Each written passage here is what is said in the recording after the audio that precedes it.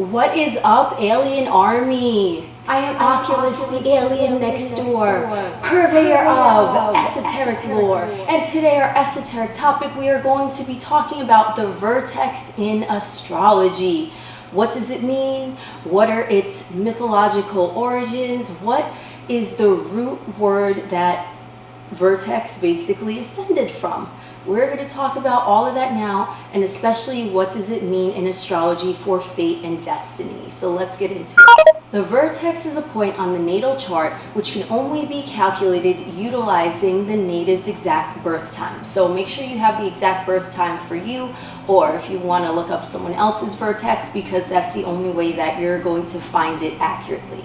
And as always, there are going to be links below to find your vertex and also to calculate your natal chart. Now, for those of you that are interested in the science and math of it, the mathematical components of the vertex are based on calculations involving the path of the sun and the plane that divides the front and the back of the celestial sphere. So I am not one to talk about this type of stuff in great detail, but if you want more information on how it's calculated, please feel free to conduct your own research. I just wanted to toss it out there to know just a tiny guideline of how the vertex is found and calculated. Now, the name vertex stems from the Latin word vertere, which means to turn.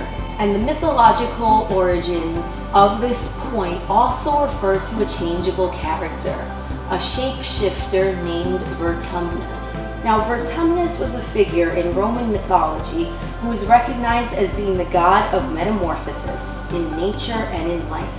Oftentimes, he is depicted as being entirely constructed of plant life, and he is most notedly famous for his shape-shifting ability that won over the goddess Pomona. Legend states that he shape-shifted into an elderly woman who beguiled Pomona in order to gain entry to her garden.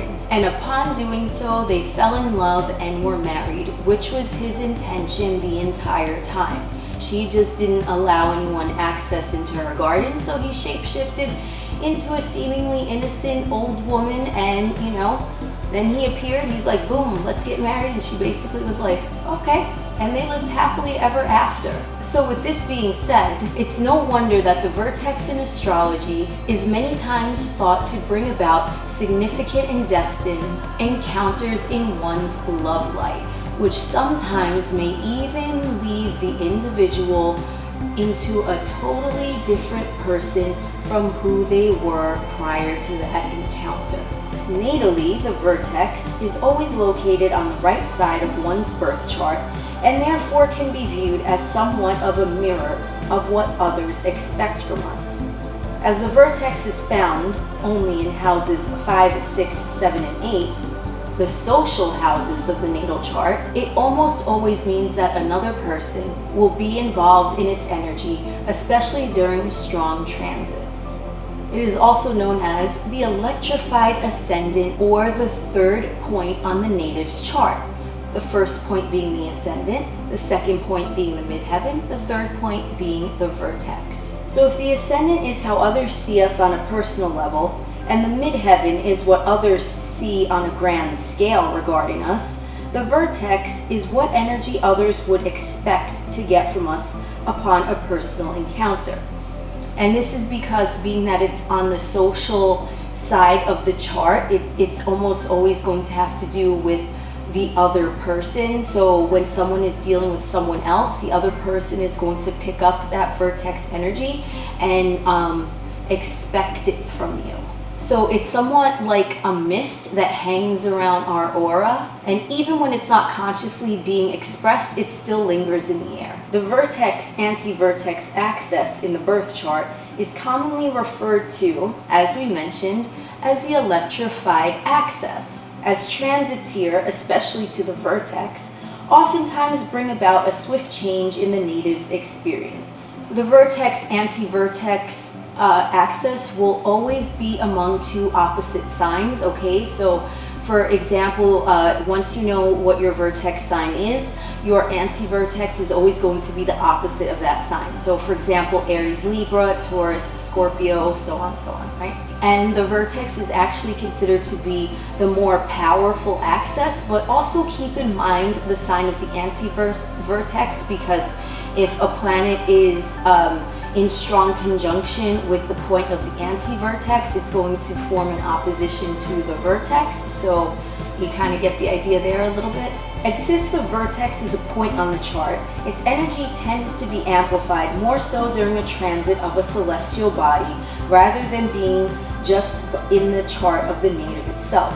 Of course, it would still be recognized, but only if one has a planet natally conjuncting their natal vertex. So what do transits to the vertex mean? Now, as we said, fated, destined meetings or encounters with others may happen during transits to the vertex. And this is especially true if it's a slow-moving planet, a universal planet or an intrapersonal planet, just because those guys are lingering there, right? So they kind of have like more of a chance to bring about a significant change. And this change is going to be something that you are going to be able to notice on a grander scale, like your entire environment might go through a shift, just because it's an outer planet or an intrapersonal planet. And the outer planets that we're talking about and the intrapersonal ones are going to be Pluto, Neptune, Uranus, Saturn, and Jupiter, okay? So when these guys are transiting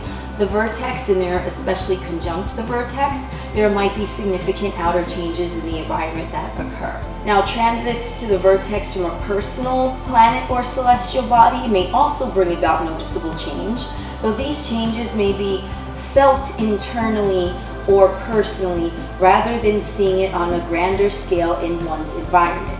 These encounters tend to be more abstract in their appearance and also swift-moving, like the blink of an eye. So a transit from a personal planet or celestial body is going to be the sun or the moon, celestial bodies, or personal planet, Mercury, Venus, Mars, okay? Just to give you a better breakdown. Transits to the vertex from a personal celestial body can be majorly felt because of their personal relation to others. And many times a chance meeting with someone else may activate a big change in the native's life. Now, the person who appeared may not stick around for long. However, the impact of their appearance may seem like a before and after period in the native's life. So it's going to be pretty significant. And this is why we say that whirlwind relationships are likely to take place during a personal planet or celestial body conjunction to someone's vertex. And some may meet a prime soulmate or reunite with a twin flame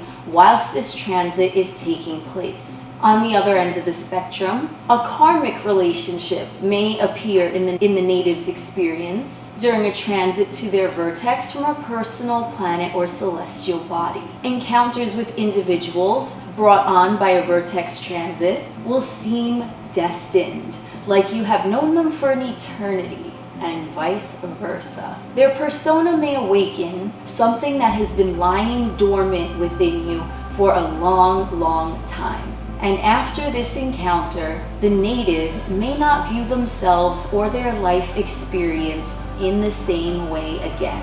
Something shifts within the psyche of the individual, and missing puzzle pieces may finally fall into place. Now, in personal relationship synastry, so this is where we're comparing two charts, right, of two different individuals. In personal relationship synastry, many times soul tribe members or twin flames may have a personal celestial body or planet in conjunction with the other's vertex. So person A might have vertex in whatever sign they have it in, and person B might have their Venus right conjunction that person's vertex and vice versa. So just to give you a little idea of what I'm saying with that. And this relationship may be viewed by both partners as being something like destiny. Even if the other person does not believe in astrology, they still might feel like it's destined, or in any case, divinely guided. And you may notice that many synchronicities may have guided these two towards each other along their journey. Now, in one's own natal chart, so this is someone looking at their chart by themselves, if they have a personal planet or celestial body conjunct their vertex natally, they might notice a lot of changes that always seem to occur within their personal life. And if someone's natal vertex is conjunct an intrapersonal or universal planet, then throughout their life, they might notice that they do have a lot of changes in their environment, or like destined encounters regarding their environment or their surroundings. And the aspects that are most important when looking at the vertex, because it is a point on the natal chart, is the conjunction. That's number one, and we're talking a tight conjunction, okay? So for me personally, I like to go with, like, depending, 8 to 10 degrees. 10 maybe is pushing it for the vertex, but if it's within at least 8 degrees, then that would be considered a conjunction. But the closer conjunct it is to the vertex from a planet or celestial body, the more of an impact that it will have. And also the opposition, as I mentioned earlier, just because the opposition to the vertex is gonna activate the anti-vertex, okay? So that might have a little bit of an effect as well. But as far as squares and sextiles and trines and things like that, I personally wouldn't really consider them to have that much weight. So we're looking really at conjunctions and oppositions. And, you know, to know the vertex of the natal chart is to essentially sow the seed of destiny and reap the rewards of it, right? So anytime a vertex transit happens and you notice things going on, you see the lessons that you learned maybe in the past, maybe you didn't know what your vertex was, and then you find it out, and then you're like connecting the dots there. You're like, wait, that happened when this was in conjunction and activating my vertex, right? So it's sort of like that. So when we speak about the vertex and fated or destined encounters, if you want to look back on those type of instances that may have occurred in your experience, and you go back and you find links to the vertex there, it's something, it's really interesting to look at, okay? So that is really what I have to say about the vertex today. As always, it is our intention that those who are meant to resonate with messages here receive them well.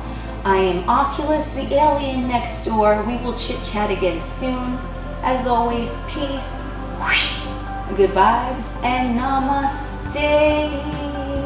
Blessed because you are.